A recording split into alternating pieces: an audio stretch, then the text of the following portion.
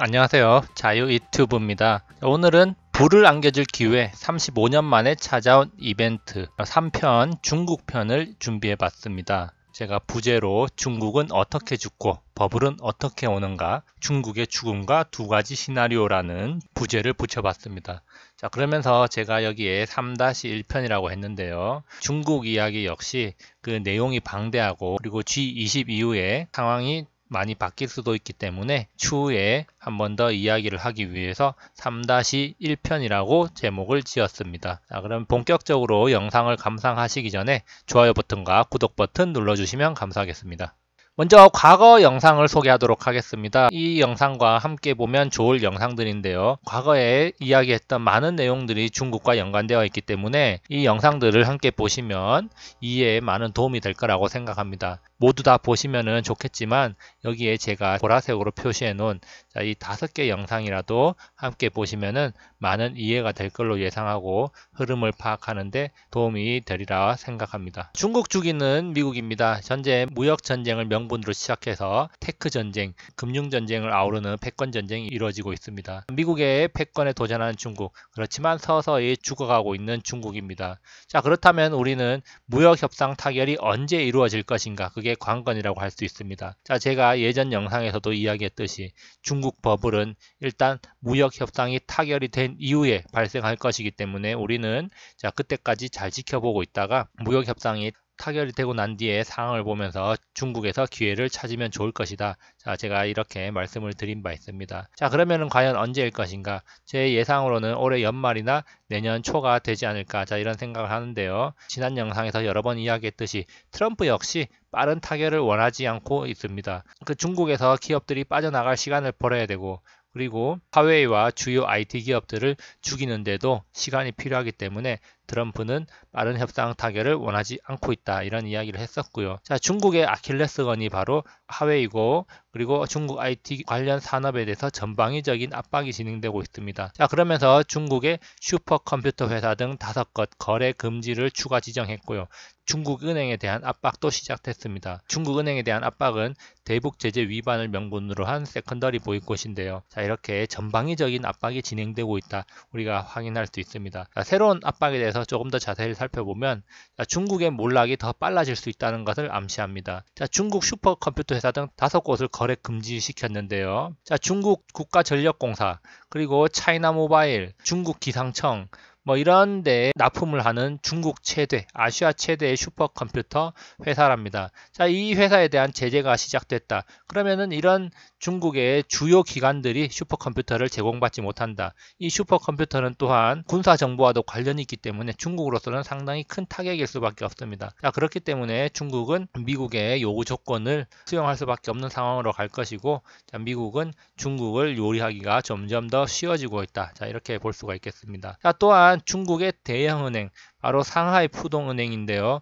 자, 중국 내 9위의 은행이라고 합니다. 자, 이런 중국 내 9위 은행이 지금 대북 제재 위반으로 금융거래 차단 위기에 놓였다. 즉 파산한단 말이죠. 세컨더리 보이콧 들어가면 은행 파산은 시간 문제다. 자, 이렇게 할 수가 있겠고요. 자, 그러면서 많은 사람들이 우려하는 거 중국의 그림자 금융이 문제가 되고 있다. 자, 그리고 중국의 지방은행의 부채가 상당하기 때문에 중국이 곧 무너진다. 이런 이야기를 많이 하고 있습니다. 지금 실제로 중국의 지방은행 부채 문제 때문에 중국 정부가 인민은행이 직접 나서서 맞춤형 지원, 사실상 은행들을 통폐합하고 있다. 자, 이렇게 보면 될 건데요. 사실 이 문제에 대해서는 중국도 오래전부터 준비를 하고 대비를 해오고 있기 때문에 이 부채 문제는 금융이 완전히 개방되었을 때 문제가 될 수도 있지만 현재 금융이 개방되지 않은 상태에서는 그렇게 큰 위력을 발휘할 문제는 아니라고 생각이 됩니다. 자, 우리가 자주 들어왔던 말입니다. 자, 미국의 카드는 많다. 하지만 중국이 쓸 만한 카드는 별로 없다는 것이죠. 미국은 최근에도 대화를 하지 않는다면 추가적으로 관세를 때리겠다고 엄포를 하기도 했고, 자, 기업들을 제재하고 있습니다. 그러면서 글로벌 기업들이 중국 엑소더스를 유도하고 있다. 자, 이렇게 볼 수가 있죠. 자, 그러면서 과연 이 관세 문제를 어떻게 끌고 가고 어떻게 협상해서 이용하는지를 우리가 주시를 잘 해야 됩니다. 그리고 또 한 가지, 미국은 또 환율 조작국 지정이라는 위협을 가할 수도 있고요. 그리고 신용 등급을 강등시키는 등의 일도 할 수 있는 나라입니다. 그렇기 때문에 중국은 미국에 끌려갈 수밖에 없는 상황인데요. 이 중국의 자존심이 그것을 허락하지 않고 있기 때문에 트럼프는 그것을 적극적으로 이용하고 있죠. 그러면서 우리는 미국이 투트랙 전략을 사용하고 있다는 사실도 인지를 해야 되는데요.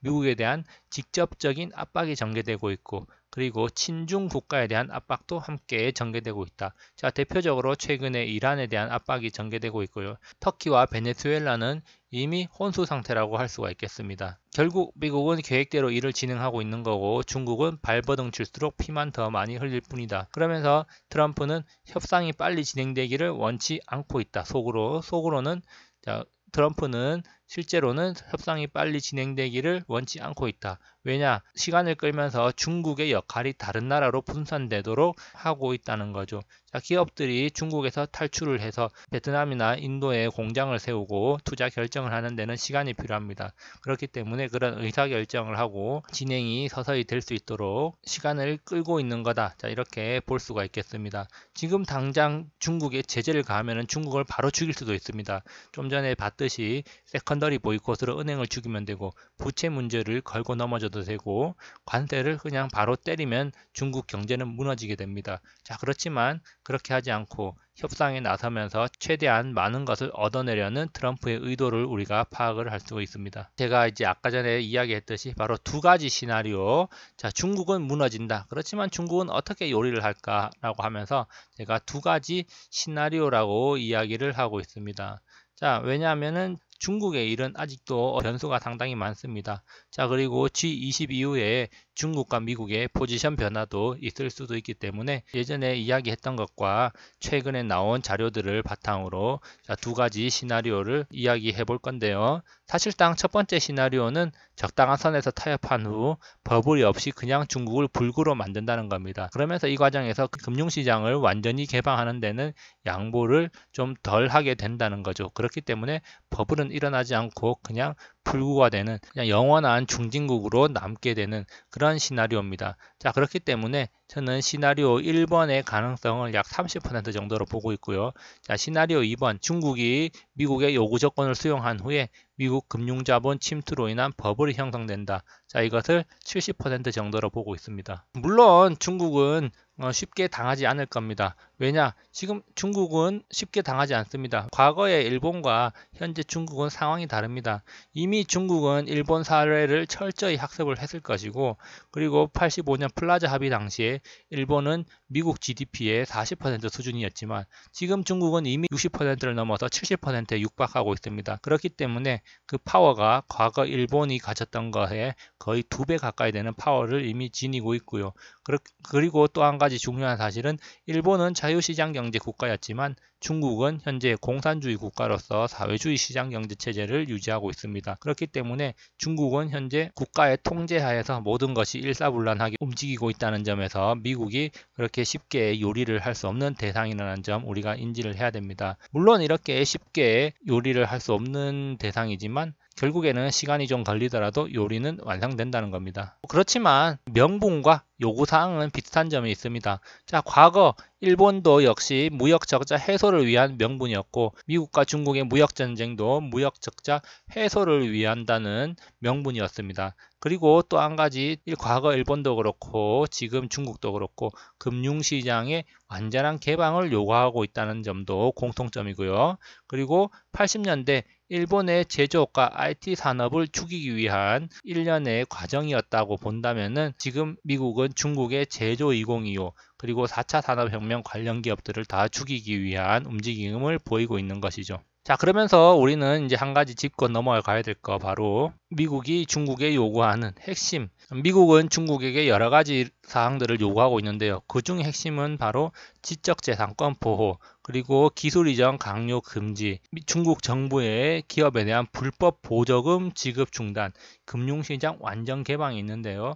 이 불법 보조금 지급 중단과 금융시장 완전 개방이 중국 죽이기와 버블에 상당히 중요한 역할을 한다는 점을 우리는 기억을 해야 됩니다. 자, 그러면은 조금 더 자세히 한번 알아보면요. 지적재산권 보호는 미국 문화, 기술의 중국 침투, 그리고 미국은 로열티와 짝퉁 시장을 견제하는 뭐 그런 역할을 할 수가 있겠고요. 자, 금융시장의 완전 개방이 사실은 중요합니다. 자, 왜냐하면은 이것이 바로 미국 금융 자본이 한탕 해먹기 위한 초석이 될 거라고 제가 말한 바 있고요. 자, 중국 금융시장 개방 이슈와 관련한 주요 사항들을 한번 짚어보면, 자, 외국인 지분율 제한을 폐지해야 된다. 중국 정부 당국은 네거티브 리스트라는 것을 만들어서 발표를 하는데요. 업종 산업별로 외국인 지분 최대 비율이 제한되어 있다는 겁니다. 그렇기 때문에 미국 자본이 아무리 많이 들어가도 그 기업을 지배할 수가 없고,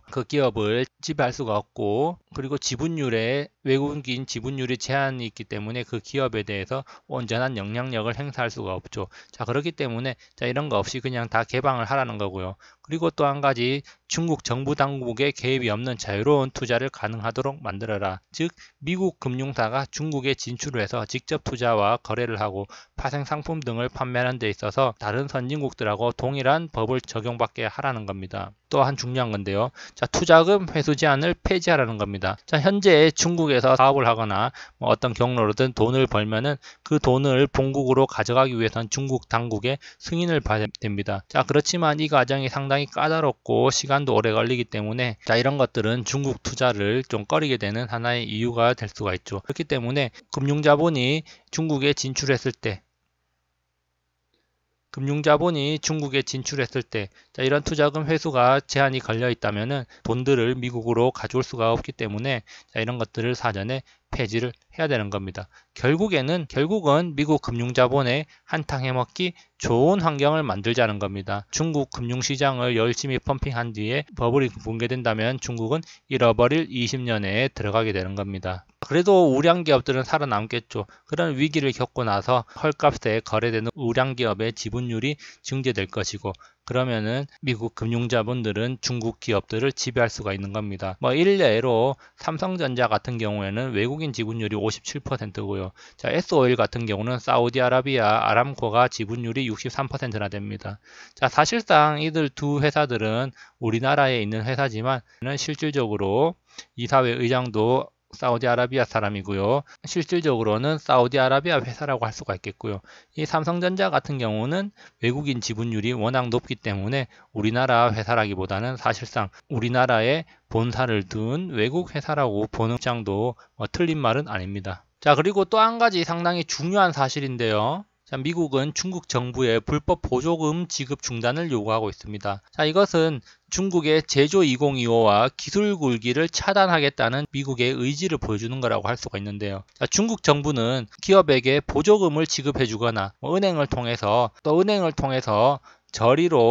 저금리로 대출을 해주는 특혜를 제공하고 있습니다. 자, 이것은 중국의 기술 굴기, 제조 2025 선봉에 있는 기업들에 대한 혜택인데요. 자, 이런 기업들이 저가 수주를 통해서 해외 시장을 장악하게 되고, 이런 저가 수주로 인해서 적자가 나더라도 중국 정부가 지원을 해주기 때문에 지속적으로 회사가 돌아가고 살아날 수가 있는 거죠. 자, 그 과정에서 다른 나라의 경쟁 기업들은 중국의 저가 수주에 밀려서 시장을 떠나게 되는 경우가 나타나는데, 자, 그렇게 시장을 떠나고 나면은 중국 자본들이 그 자리를 차지하기 때문에 중국 정부의 이 같은 보조금 지급은 다른 나라 산업에도 상당히 큰 영향을 미친다. 자, 이렇게 볼 수가 있습니다. 그렇기 때문에 미국은 이런 불법 보조금 지급을 중단하라고 이야기하고 있고, 은행의 저리 대출에 관해서도 상당히 문제를 제기할 가능성이 높다. 자, 이렇게 말씀드리는 바입니다. 자, 그래서 이렇게 불법 보조금이 지급이 중단되면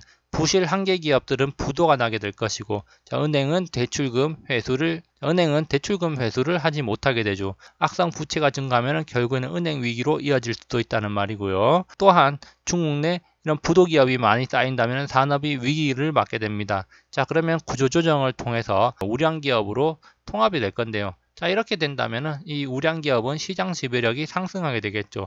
자, 그렇게 됐을 때 자본이 기업 쇼핑에 나설 수가 있겠고, 자, 이런 우량 기업에 대한 지분을 증가시키면서 버블을 또 만드는 하나의 계기가 되거나 기업을 지배하게 되는 그런 계기로 만들 수 있지 않을까. 자, 이런 생각을 한번 하게 됩니다. 그래서 사실상 아까 전에 이야기했던 중국 금융시장의 완전한 개방과 이 불법 보조금 지급 중단은 서로 맞물려 있다고 할 수가 있기 때문에 미국으로서는 이런 사항들을 한꺼번에 강력하게 요구를 하는 거고, 중국으로서는 이런 사항들을 받아들일 수 없다고 버티고 있는 것이라고 할 수가 있습니다. 자, 그렇다면 중국은 버틸 수 있을까? 자, 제가 말씀드렸듯이 중국은 버티기가 힘들 겁니다.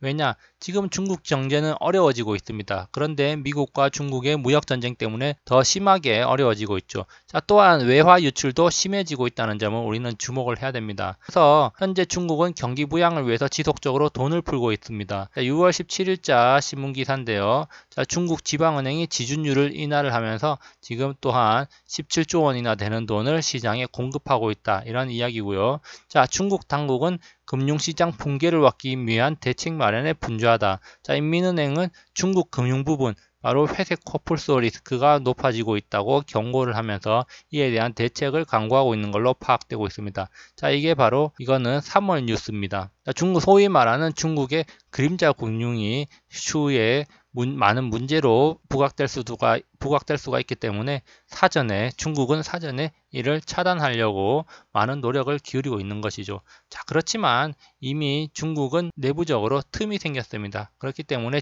미국은 이런 틈을 비집고 들어와서 중국 금융시장을 뒤흔들 거다. 자, 이렇게 볼 수가 있는데요. 이런 흔들리는 중국 시장, 중국의 금융위기가 왔을 때 미국이 구원투수로 나서지 않을까, 자, 이런 생각을 한번 해보게 되는데요.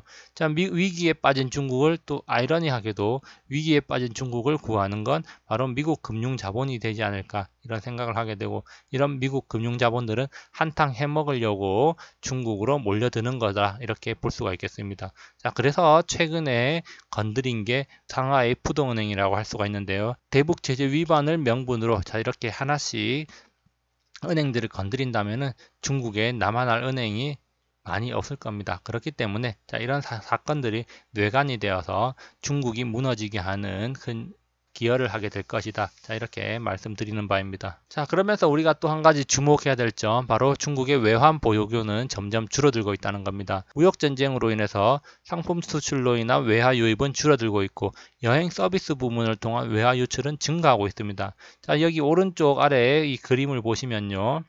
글자가 좀 작아서 잘 안 보이는데요. 여행 부분의 경상수지 적자는 점점 더 커지고 있습니다. 자, 이 여행 부분에는 유학까지 포함된다고도 볼 수가 있겠는데요. 여행 부분을 통해 가지고 경상수지 적자 폭이 커지고 달러 유출이 심화되고 있기 때문에 결국에는 중국인 미국 여행을 자제하라, 유학도 하지 말고 관광도 하지 말아라, 자, 이런 이야기를 했습니다. 여기 지금 신문 기사는 6컵 무기화라고 하고 있는데요. 이거는 절대 6컵 무기화가 아니라 지금 달러가 자꾸 빠져나가니까 그 빠져나가는 달러를 빠져나가지 않게 하기 위해서 여행 자제, 유학 자제, 이런 이야기를 하고 있는 겁니다. 결국 마음이 급한 중국은 지금 미국 여행, 유학 자제를 통해서 달러를 붙잡아 두려고 하는 거고요. 자, 중국은 이렇게 안에서부터 스스로 무너지면서 미국을 받아들이게 되어 있는 겁니다. 그래서 우리는 그 때를 기다려야 된다는 거 제가 누누이 말씀드리고 있습니다. 자, 그리고 우리가 또 한 가지 주목해야 될 거, 지금 중국의 정부 부채가 지속적으로 증가하고 있기 때문에 중국에 한번 위기가 찾아올 수도 있겠다, 이런 생각을 하게 됩니다. 물론 그 위기가 찾아오면은 IMF가 도와줘야겠죠. 자, 그 IMF는 미국의 앞잡이라고 할 수가 있습니다. 그렇기 때문에 결국에는 미국의 입맛에 맞는 요리가 탄생할 것이고, 지금의 중국은 그저 요리감일 뿐이다. 자, 그렇게 생각을 할 수가 있습니다. 자, 오늘은 미국의 요구사항을 중심으로 좀 단편적인 사실들만 몇 가지 한번 확인을 해봤는데요. 6월 28일과 29일 G20 회의 이후에도 여러 가지 이야기가 나올 걸로 예상이 됩니다. 물론 타결은 되지 않을 거라고 저는 보고 있고요. 좋은 액션을 취하면서 시장은 거기에서 화답을 하면서 긍정적으로 흘러가겠지만, 구체적인 협의는 연말이나 내년 초나 되어야지 합의에 이르지 않을까, 자, 이런 생각을 하고 있습니다. 자, 그래서 우리가 향후에도 중국과 미국이 어떤 행동을 하고 무역전쟁이 어떤 양상으로 펼쳐지는지 꾸준히 관심을 가져야 되겠고요. 자, 그래서 제가 추후에 중국에 관한 2편도 따로 업로드를 하도록 하겠습니다. 자, 여기까지 영상을 감상해 주셔서 감사하고요. 항상 즐거운 하루 보내시기 바랍니다. 감사합니다.